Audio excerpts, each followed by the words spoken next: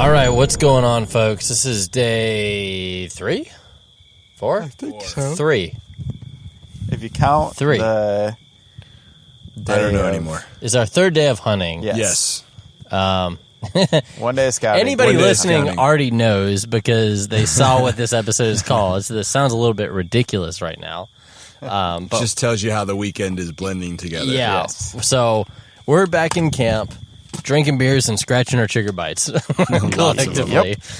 And it was an interesting day of hunting. So I think we'll kind of do it just like we did all the other days. We'll kind of go round table, and I'll kick it off just because my day was, I guess, interesting. But ultimately, I can consolidate it pretty quick here.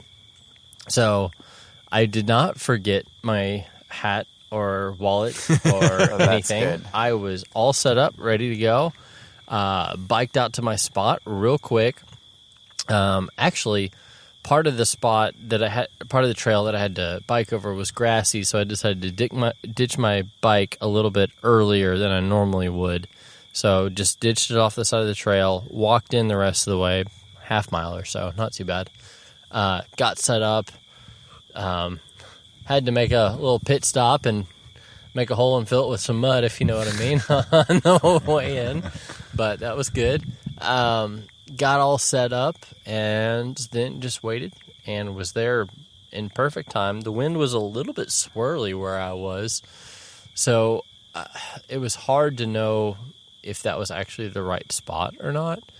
And turns out it wasn't. I saw a little fawn just kind of walk through real quick. And I've seen this fawn that I think is a button buck, but I haven't seen it long enough or close enough to really tell. But it's a young deer that walks by itself. It's very small, so it's a small fawn for sure. I just don't know if it's a button buck or not, and I'm not willing to risk one of my buck tags on it. So saw that thing walk through real quick, walked right by me. I was trying to stop it just to get a good look at it, so I threw a bleed at it, and it kind of looked up for 2 seconds and then kept going. It didn't really care. So it walked by, and then another doe came in, but from dead downwind of me at that time. And again, the wind was changing all the time. So at that time, came in from dead downwind, snorted, blew out of there. And I was like, well, that's my morning. I'm done. Like it was pretty frustrating because that spot, I had been frustrated on the evening because it seemed like it was great. It was just all happening a little bit too late. So this was the hope of, let me actually get on the morning pattern and see if that's better. And it was worse, I would say. So got there, and then that all happened pretty much at first light. So the rest of the day seemed really, really long, just sitting in that ground blind. And Kyle and Daniel, both, did something else. They didn't do it all day sitting in one place, and so it just made mine feel really monotonous. So sat there for a little while, and then I got up and put some more brush kind of around my blind. And you're not really supposed to cut any brush and make a brush blind, so I just picked up some sticks that were around me dead and just kind of piled them, and then it didn't do much, but it gave me something to do. So got that set, and then waited, and then around probably 1 p.m., I ate my lunch. I ate Excitement for the day. tuna out of a packet and some crackers. And then I realized I had been sitting there, and it got really hot today. And I was in hot. like partial shade. I wasn't even complete shade. So I was just like sitting there sweating. And the whole time I'm like, I am just sitting here with a swirling wind, stinking it up. And you always hear people talk about an all-day sit and all the benefits of it. Like, oh, during the rut, you can see so much more, and there's so many advantages. But a huge disadvantage, at least down here in Texas when it's so hot, is that you're just sweating and stinking up the thing the whole time. Yeah. And so it just makes you, like, it kind of can burn your spot. But what was cool is I was kind of in a daze after I'd eaten my lunch, was super tired, and then I saw this old doe walk out in front of me. It was just like a bag of bones. Like, she was so old and exhausted looking. but it must have been like the first doe to come into heat because running right behind her was a really nice buck, and I wasn't ready. And so, like, I grabbed my bow. I had an arrow on there, but, like, I was tightening my release. And he was at 45 yards, maybe 50, and if I had had my bow in my hand and was ready, I could have flung one. But I wasn't ready, and so he just walked on by, and then he kind of trotted off where the doe went. And That's still a tough shot at 45 or 50. yeah, but he was also like panting and drooling and exhausted. So I was even like, and normally I hate this even thought, but I'm like, I just got to hit him, Just stick and him. it'll slow him down. Normally it's like, no, shoot for the perfect shot, and if you don't get it, don't shoot. But I'm just like, if I had thrown anything, I would have had a chance at this really nice buck. Yeah. But he kept going, and I grunted at him, like, you know, as I saw just ass and antlers going away from me. But he was so focused on that doe, he didn't care about my grunt whatsoever. But I was just thinking after that, it's like, well, it seems too early for estrus stuff, generally. I think that normally happens, you know, pretty late in South Texas, like end of November. Sometimes even into December. Yeah. You hear people talk about the first week of December a lot. Yep.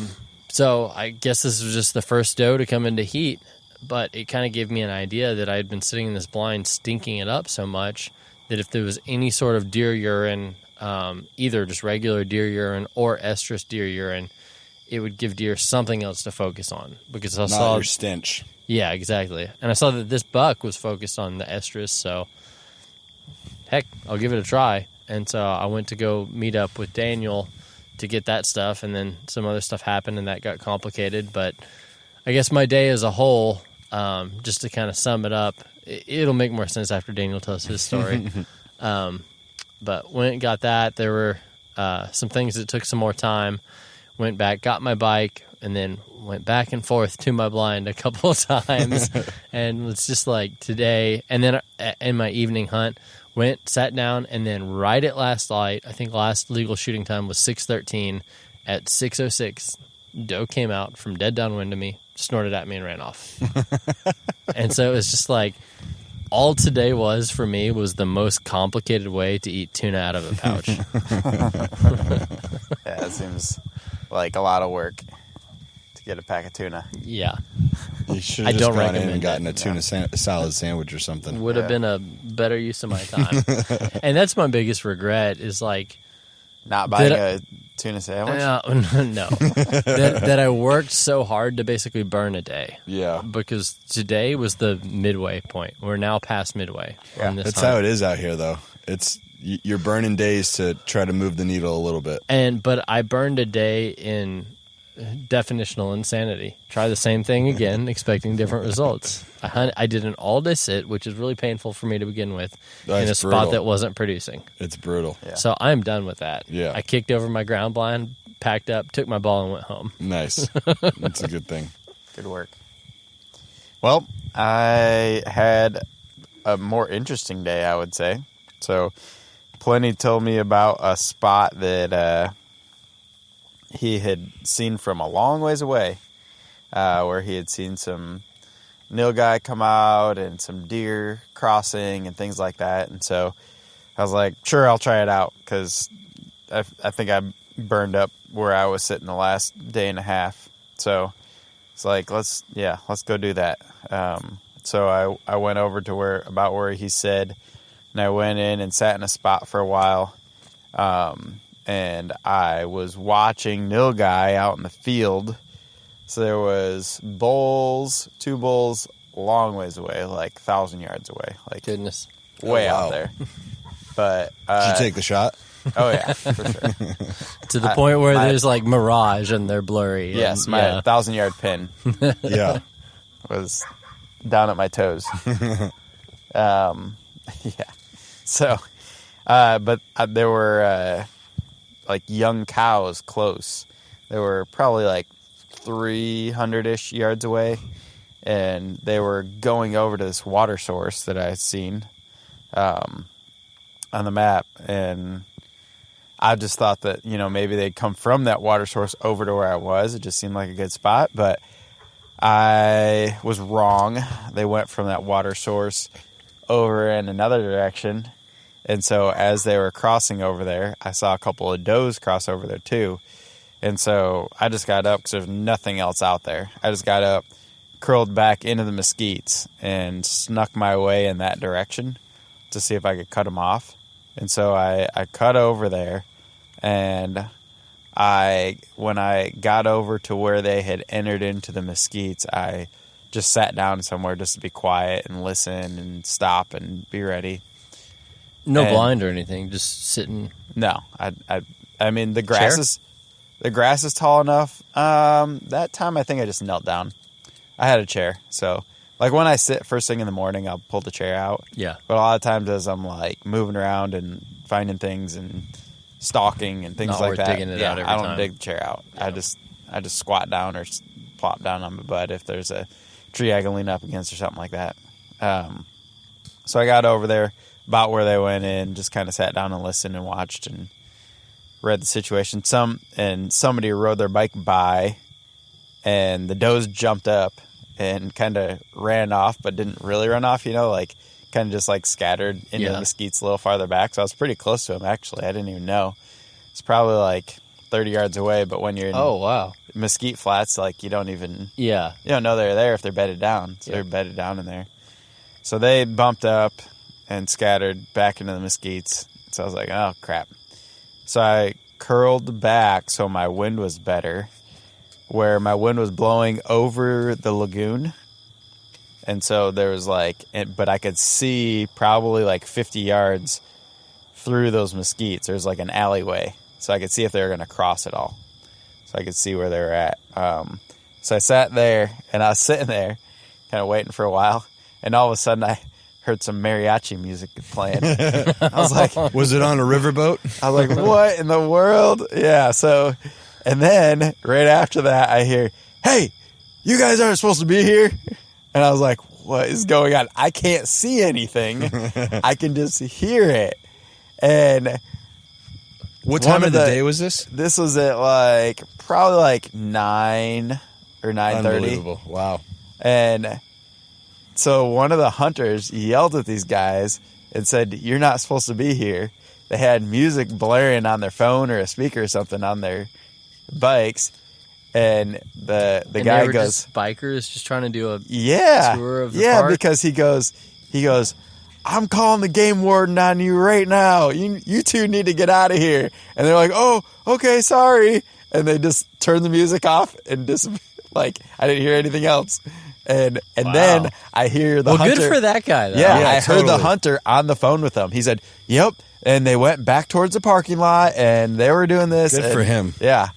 And so they probably didn't know. Yeah, because I don't know what you think about this, but when you drive in, where does it say, you are not allowed to be here? Yeah, there's not a big sign that says that. There's this tiny little paper 8.5 by 11 that's taped onto a And gate. half of it is a QR code. Yes. So, and it's all, written small and everything. And so the only thing telling somebody that just, pulls in the morning who's, a regular around here, who's like, hey, I'm just going to go for a bike ride over at the... Well, that's an interesting thing about public lands, too, because, the public land closer to where we would normally hunt is U.S. Forest Service, which has a designation of it's multi-use. Yeah. So whether you want to ride horses, whether you want to hike, whether you want to hunt, they have to support all of that. Yep. At the same time. Yes. Yes. Yep. Yes. This is Fish and Wildlife Service, which is a little bit different. It's not a designated multi-use. It's designated for wildlife and habitat restoration. Yes. But they do have trails. Yep, so they do have a hunting program. But these are both offshoots of the main thing. Yes. And so they have to designate those other things. So it's interesting to see when these come in conflict. Because I guess, I don't know, we kind of, especially your background in outdoor rec stuff, and then I've done a lot of hiking. We kind of touch both those worlds a little bit. We live more in the hunting world, I would say. Yeah, for sure. Yeah. Now I do. It's definitely. interesting. But yeah, so and I love both. It's not just not that mariachi. Yeah, not the mariachi Well, music. even then, why are you riding your bike? Or maybe it was Tejano. Yeah, a nature preserve, though. Yeah. To go see nature, Well, I'm guessing? He probably just took his jeans off and is probably the same guy throwing rocks. Let's be honest. But so pet peeve of mine, backpacking, bike riding, whatever. Like one of those Bluetooth outdoor speakers is great when you're in camp. At camp. Or Yeah. when you're working in your garage or Yes, whatever. hanging out. But when you're out on the trail, no. Leave it at home. Buy some headphones. No, don't even do that. No, if you really want to listen to music, if you go need for it. music, only listen to it yourself. Yeah, but you exactly. shouldn't. If You you're should out listen to there, nature. enjoy it. Yeah, Don't assume that the rest of the world would rather hear your music than nature. Yes, because we wouldn't. I don't. I definitely don't. I don't even remember the last time I turned music on because I enjoyed it. Actually, I turned music on yesterday when you were really upset, and I started singing. I was not Rock It happy. Out. I was not happy. I'm guessing it was a mariachi. It was not. I was trying to change the mood, though. Gotcha. Yeah, it worked, kind of. I did what I could. So that was almost the end of my morning. So I heard that guy who was not that far away from me, but I never saw him. So I was like, well, I'm going to scoot out of here. So I just went the other direction, and I put my orange on and got all set. And so I'm walking out. I'm walking slow still, though. And right in front of me, out 30 yards, these big cow nilgai popped up. 30 yards. No, not big cow. Young cow nilgai popped up. But they're, in the mesquite. So it's this is just brush everywhere. And, I had no clear anything of them. But they're close, and they're sitting there staring at me. And I'm wearing all my orange, so they can, it's like there's and they can see really well anyway. Yes. So. I mean, they would have seen me if I had camo on, but, I could have kind of, snuck down in the grass maybe, and maybe gotten away with something, a little move. But, bright orange is just, Busted. there's no hiding. Yeah. So they're sitting there staring at me. They're young, so they're dumb. So they're looking at me. They didn't really move.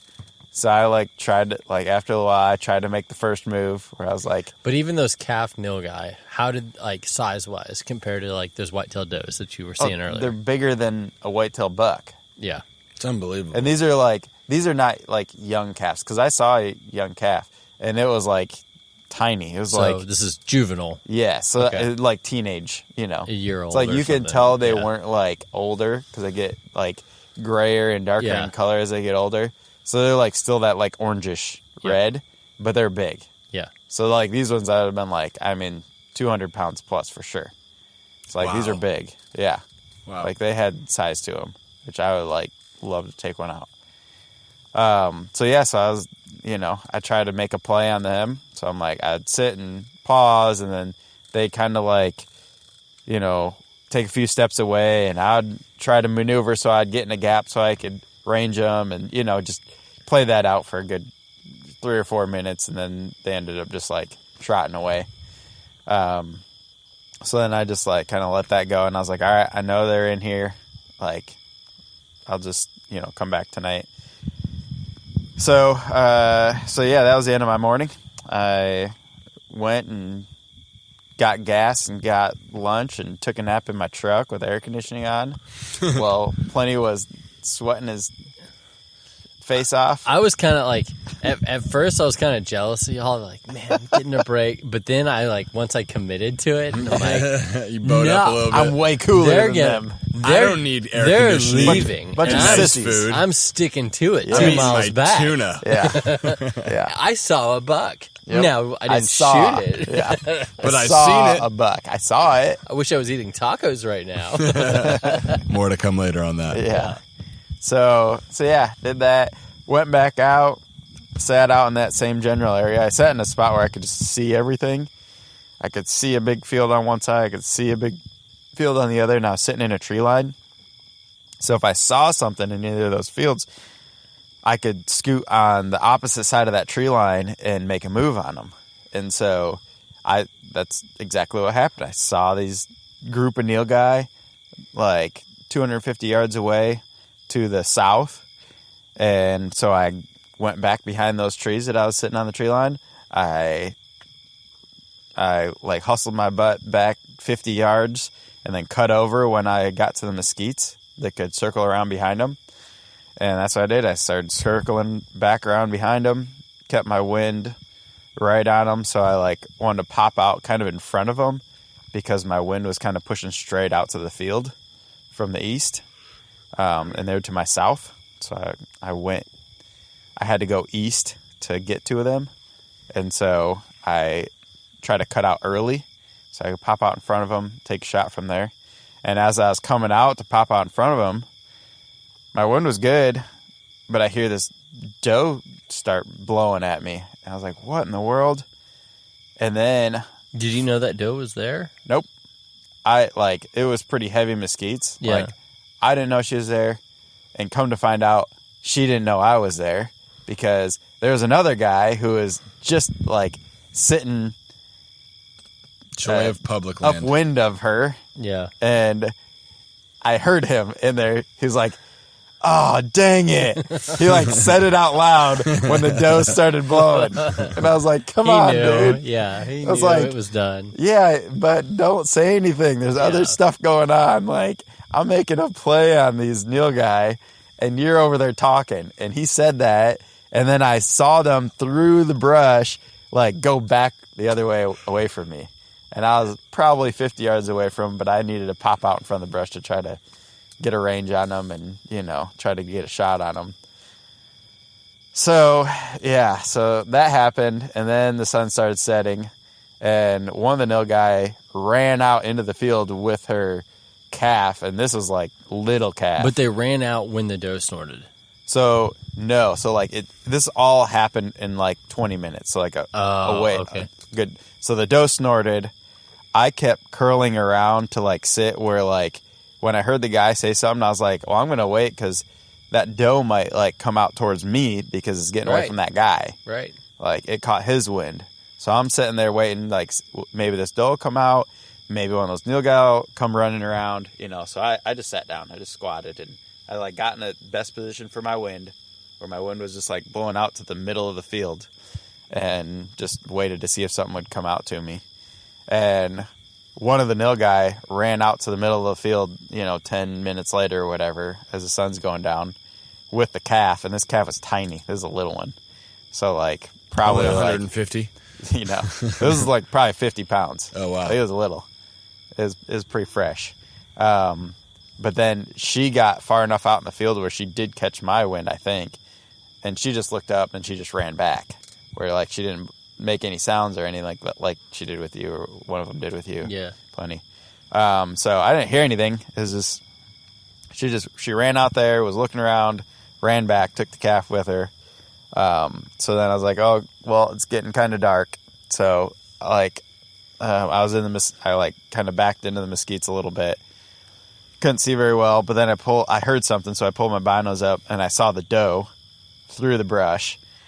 And so I was like, oh, cool. Like, if I can get, like, real close, I'll take a shot at her, because it's like, it was still shooting light, but I couldn't see great, like, into the mesquites and everything. So it's like, if she pops out, or if I can kind of go around. So I kind of snuck in there a little bit. And then I heard something else over to my right, and I pulled my binos up.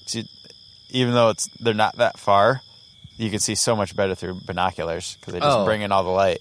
Well, and you can control focus. Yeah. You can force a focus. Yeah. Yes. So, and then there's one of the Nil guy that are in the brush too, and I was just like, oh my gosh. Did you know they were there? Or well, I just heard something, so I was like, yeah, that's why I was looking. I wouldn't have looked if I didn't hear something. Yeah. So I heard something, so I looked, like, dude, there's Nil guy over there. Like, come on, like, I can't barely see. This is like 6:05 probably. And I was like, gosh, so dark, whatever. And so I like try to scoot over there just to see because I didn't know what else to do. And I can hear the guy back in the woods like hemming and hawing 'cause he's mad about swearing. that. Yep, mad about that doe blowing him. And so like, oh gosh, like it just got too dark. And then I just kind of slowly backed out. Back across the field out to my bike and rode back, but it was not for lack of effort, but I didn't get anything today, and it was exciting though. So yeah, like, I was gonna say you saw a lot. It sounds like you learned a lot. Yes, exactly. Like I was chasing animals, and I think some of the other hunters probably hate that I was chasing animals, but who would that be? I had a lot of fun doing it. There's in certain circumstances, it can work really well. In certain circumstances, it can be awful. Yeah. And sometimes that just comes up to perception from where you're sitting and what you're seeing. Well, what it makes me like want to do, and I was telling my wife this, is it makes me want to like go do a Western hunt. Yeah. Where it's like out in the open, like not a lot of people. Yeah. Just like start hiking and then. Mule deer is what you want to do, I think. Yes. And maybe then antelope. Try to stalk in on something. Yeah. Mule deer for sure. Yeah. That'd be fun. Yeah. No, antelope, I want to take out my 270 and just be like, I just want to shoot one of these from like 200 yards away. It'd just be awesome. So, and you would have had that shot today. Yeah. Yep. Yeah. I mean, every day, Yeah. if we had rifles, we would be done. Yeah. But that's we would have limited on day one. That's why this thing is the adventure that it is. It totally is. So my morning started out like every other morning. I went out and didn't see much. So it's funny. I shared. Well, no, every other morning you saw a bunch of stuff. As I say, Yeah. you've seen That's true. more deer than any kidding. of us. So it's funny. The first day I saw that herd of deer, that was ridiculous. The second day in the morning, I saw a couple. A little bit less. And then today, I think I saw 3 doe total, and they were about 150 yards away, and they just ran across the field. And there was a guy there rattling about 300 yards from me, but there was just nothing there. And It wasn't me this time. No, it wasn't Pliny this time. So the field that I've been sitting in the whole time, I realized, okay, this thing's busted. Like there's nothing coming in here. I can either try to go in deeper tonight, which was my plan, or I can try to find somewhere else to go. So I was frustrated. As I shared, I had 2 deer jump the line on me, which really frustrated me. So I'm like, you know what? Going back to my truck.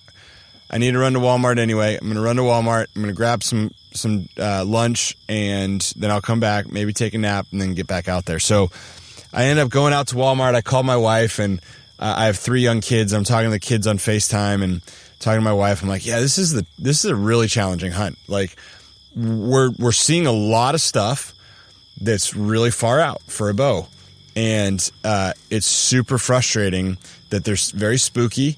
And then on top of that, like Kyle mentioned, there's these other hunters out there throwing rocks and trees. And all of that kind of combined together with chiggers and heat and biking and all this is like, man, this is a frustrating hunt. And it was, so you mentioned the heat. Like today, it's brutal. I was checking Instagram, and of course I follow a bunch of other hunting pages. And so it's people in like Ohio and the Midwest complaining that like, oh, of course, it's November and it's 65 or 70 degrees outside. Oh, it's awful. I think it was 88. It was Yeah, 88. it was brutal. My truck said 88 at 1 absolutely o'clock brutal. today. Yeah. So I go out into town. I run to Walmart. I look for the attractant, but they didn't have anything like that. So I looked And up. to be clear, we're talking about scents, not bait. Correct. Yeah. Correct. Yes. So I look up on Google, what's a good Mexican restaurant? Because we're south, we're near the border, and I knew there had to be a good Mexican restaurant. So I found this one, had really high reviews. I went in there. It was unbelievably good. It was just delicious street tacos. Yeah. And so I ate some tacos. I sat there for a while, watched a little football that was on, had a bunch of water because I was a little dehydrated. Got back in my truck, and I actually started praying. I said, you know what? This isn't supposed to be just like pressure and not fun. I should have fun out here. And then funny enough, a song came on the radio, and it was a Jamie Johnson song, and it talked about the hunt's not all about the kill. I was like, you know what? That's a good message, right? We're out here with some buddies. We're hanging out. We're having fun. Yeah, it's tough. There's no doubt about it. But this is still a good time. We're not working, and we're hanging out. So I head back into camp. I see Kyle there. He's in his truck, just finishing up his nap. We start talking a little bit.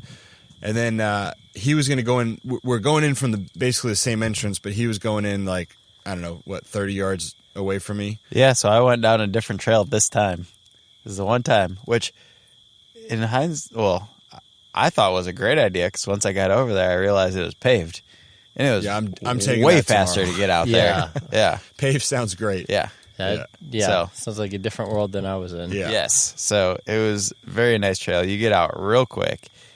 So, but anyways, Daniel went down the trail that we went down Every pretty day. much every day. He's gone down every day. So I start heading down that trail, and I'm probably maybe 500 yards in, and I see this other guy who's walking, And I stopped for a second because all these guys out here are really cool guys. We're talking, just seeing how they're doing.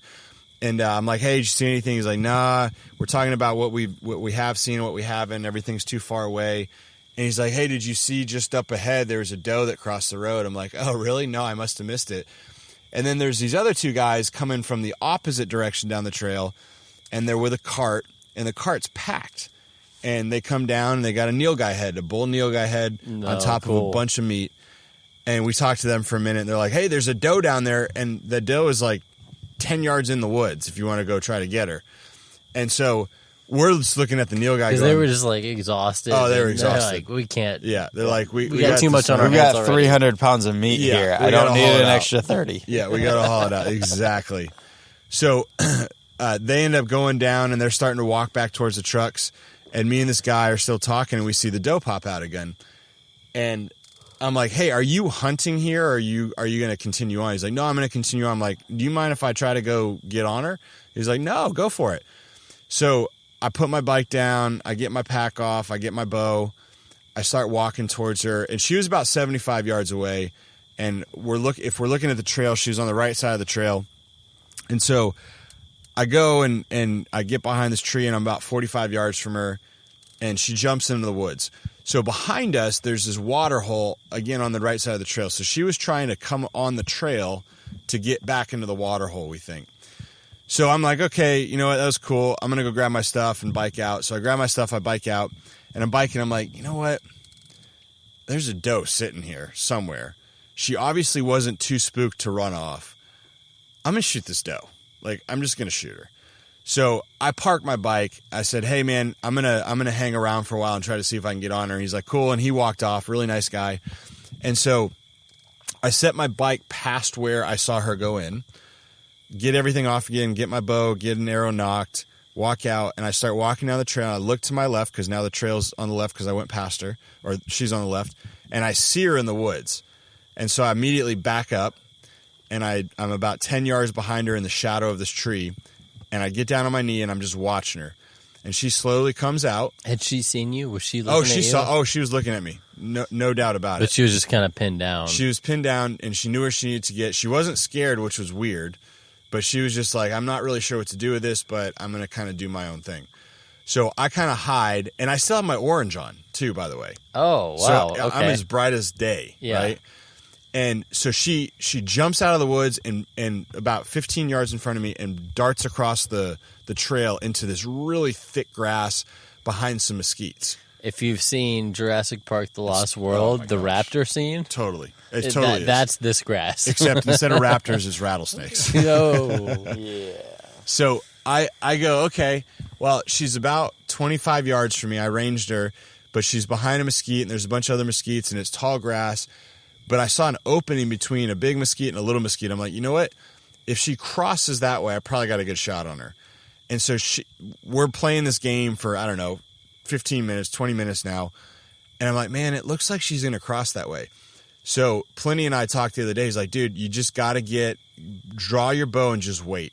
And so I did that. I drew my bow. I made sure my bubble level was straight. I waited for her to walk. She starts creeping along. I knew she was about 23 yards out. And I just put my sight right on that gap. She walks over. I go, meh. She stops, looks at me, and pop. And I heard the whoop of an arrow hitting flesh. And she kicks up and she hauls booty. And now this is really thick grass. And what I learned from yesterday or 2 days ago when we were trying to find Kyle's doe is you can't see blood out here, like at all. It just disappears. And so I just watched her. Or by the time you find it, like it's so hot. That you got to just kind of skip past it. Totally. Like, you can't be on your hands and knees looking for every little pinprick. Totally. Yeah. So I'm watching her, and I'm watching her go into this grass, and I'm watching the grass move, and about 80, 90 yards out, it kind of stops. I'm like, okay, I think I know kind of where she's at, but there's a tree line there, and I'm like, she might have gone on the tree line. So backing up, this entire time I was supposed to be meeting Pliny to drop off his attractant. Bring me my pee, man. And so I'm texting him, but my service is terrible. I'm like, Pliny, I hope you get this, but I'm stalking a doe, and I don't know that I'm going to get there. And the doe is more important than your doe pee. And so So sure enough, after I shot her, I called Pliny and Kyle, said, hey, I just shot a doe. And they're like, okay, cool. So they both converge on the location. And I'm looking. I don't see blood. I don't see an arrow. So Pliny gets there first. And I'm like, man, this is my one concern is I'm going to shoot her. She's going to run in this grass. And I'm never going to find her because it's so thick back there. And so Pliny's like, let's just start looking for a body. Well, first, recreate. You stood. I'm like, Totally. stand where you shot her from. Direct me to where she was standing. Yep. Okay. Yep.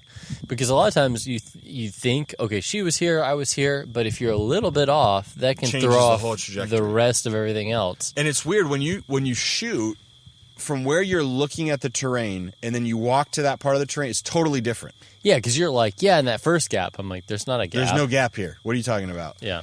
So we end up walking and Pliny's up high. He's taking a wider route and I'm kind of going on a narrow route. And we're probably about 30 yards off the trail. And I'm like, I think she probably went about 80 yards in when I last saw her. And she was probably 30 or 40, 50 yards off the trail. And so we start walking. And all of a sudden I see Kyle pull up on the other corner. And as soon as I see Kyle pull up, I'm looking and I'm like, I see something big and brown and a red gash. And I'm like, oh, we found her. Yeah, you yelled. I You yelled. were so excited. It was funny because I was very, very frustrated all week. And then all of a sudden, I see a doe that pops out of nowhere. I shoot her, she runs, and then we found her. Totally redeemed yourself. Totally Yeah. redeemed yourself. I mean, see, after, you were so frustrated about missing a doe and a buck previous, pretty cool redemption story. It felt great. Leave, awesome. get some lunch, come back with a better headspace. Yeah, and then smoke a doe. nail it. Yeah. Yeah, and I Great I hit, smoked right in the her. lungs. Yeah, just double lung. knocked her out. It was fantastic. So we drug her out. We skinned her. We quartered her there. Put her in game bags, and then And we just did gutless method. Yep, we did the gutless method. Pliny and Kyle went back to hunting. I put her in the cooler. I came back and hunted a little bit on that same path because I'm like, you know what? I've seen now 2 deer and a Neil taken off of this place, so might as well sit here. And nothing else came. And we're all going miles back, and this Yeah. is 400 this yards is from the 400, parking 500 area. yards from the parking place. All the biking we did. Yeah. Yeah. All of that just to shoot a doe about 400 yards from my truck. Hey. Can't Can't complain. complain. That's all that matters. So the interesting thing about all this is I ended up having to take the head in because there's these ticks down here that they want to make sure they don't get out of the preserve, so they have to check them all. Yeah, we're in a quarantine area for cattle fever ticks. Yep. Don't affect humans, but they affect cattle pretty bad. They still bite humans. They just don't give you diseases. Yeah, we know about that. We all have had about 10 ticks on us each. Yeah. So I bring it into the station, and they're inspecting it. And I'm just asking them, like, hey, how many animals have been harvested? And they're like, well, there's 200 hunters who were drawn. Maybe they're all here, maybe they're not. But I think there's a lot. I mean, we can all agree there's a lot There's here. definitely not 200 people There's here. not 200, but there's a lot. No, but There's- I Maybe think- 100. I might think be there's 100. over 100. Yeah, I think so too. And she said, out of the however many that are here, only 8 animals in the last 3 days have been harvested. Crazy.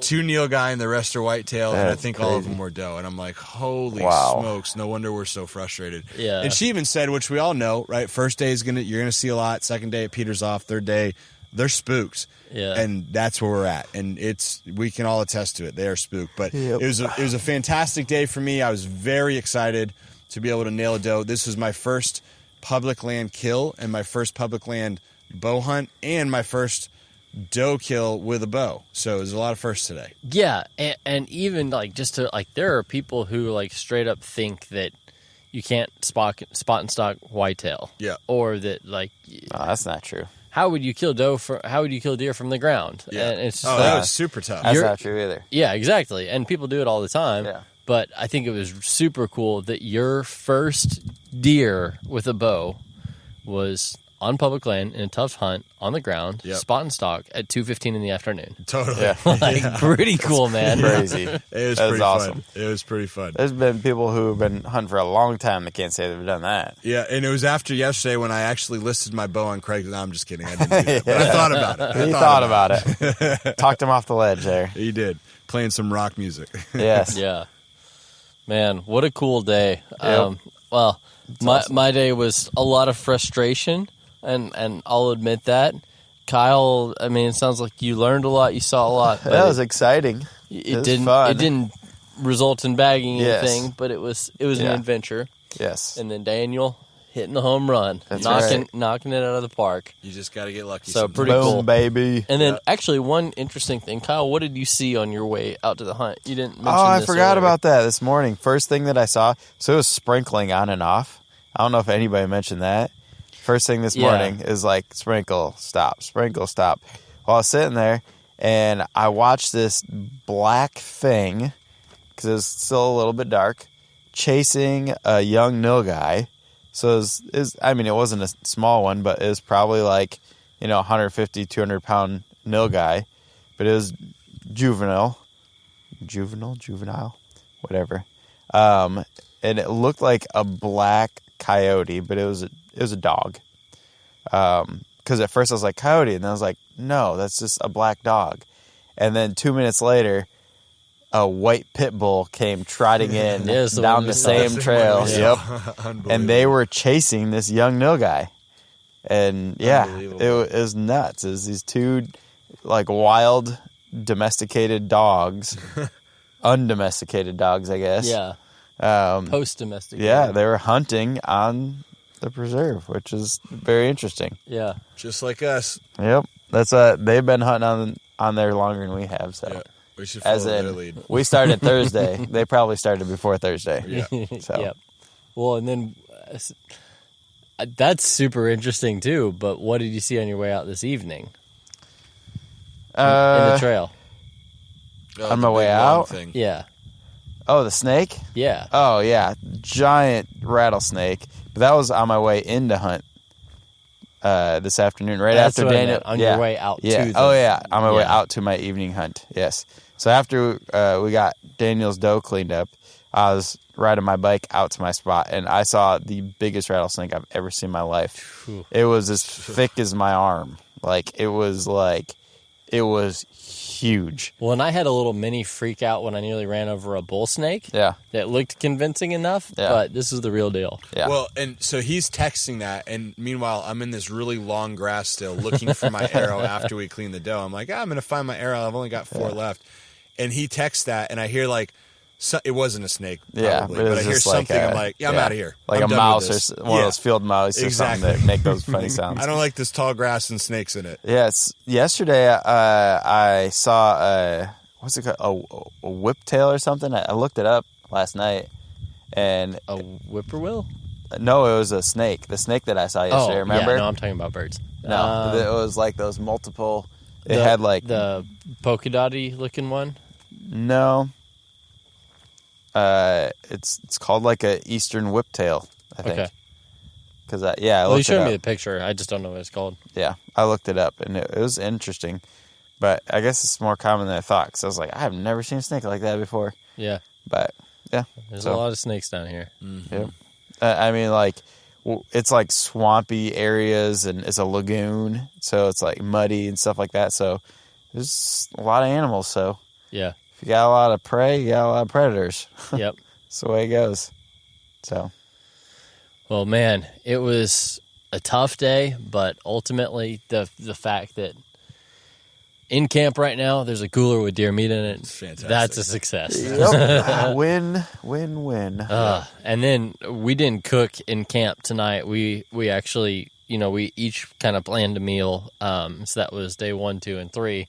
So tonight we went out to kind of the local restaurant, and it actually was great. Pretty good Yeah, it burgers. was really good. Yeah. Sometimes you get in these small towns and people are like, oh, that's the place. And Yeah. you get there, and then you're like, They, yeah. they just buy their stuff from Yeah. Sam's Club usually. Yeah, And you they just cook it like, worse than I would. yeah, they cook up some frozen Sam's Club meal for you. If This was really good. If you're down in Arroyo City, Chili Willie's is the place Yeah, to be, apparently. was It's pretty delicious. good. Yeah, it's like I think they battered and fried up that chicken when I ordered it. It's delicious. And then, so that means, of course, we're staying up later than we ever have before on all of these nights. But it's been fun, but we're about ready to hit the hay. Yep. Done. Until next time, stay safe, be free, and never stop seeking adventure. Never ever.